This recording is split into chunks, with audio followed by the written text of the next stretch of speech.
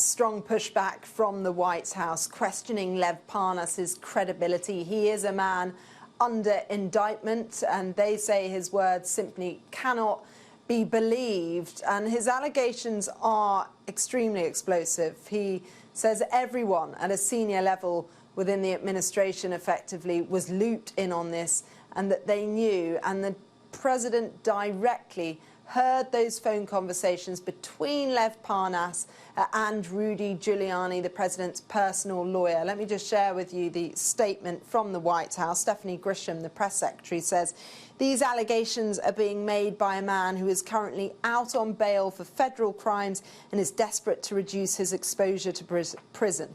The facts haven't changed. The president did nothing wrong, and this impeachment, which was manufactured and carried out by the Democrats, has been a sham from the start. I think what Lev Parnas's interview has done has certainly put more pressure on Republicans, potentially moderate Republicans more than anyone else, to allow him to speak, to answer the many questions that his interview has now generated. And it's not just Lev Parnas, it's also Rudy Giuliani, the man who knew Lev Parnas very closely and worked alongside him, and also the former National Security Advisor, John Bolton.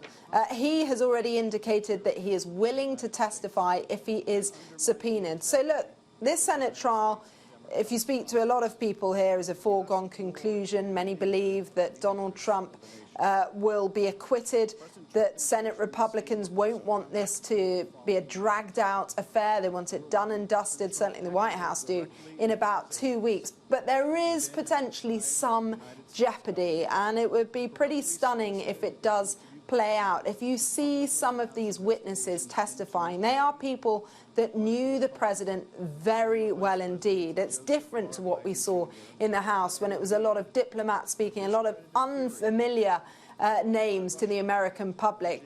But Rudy Giuliani has been by the president's side for decades. John Bolton was working with the president at these key moments in his administration.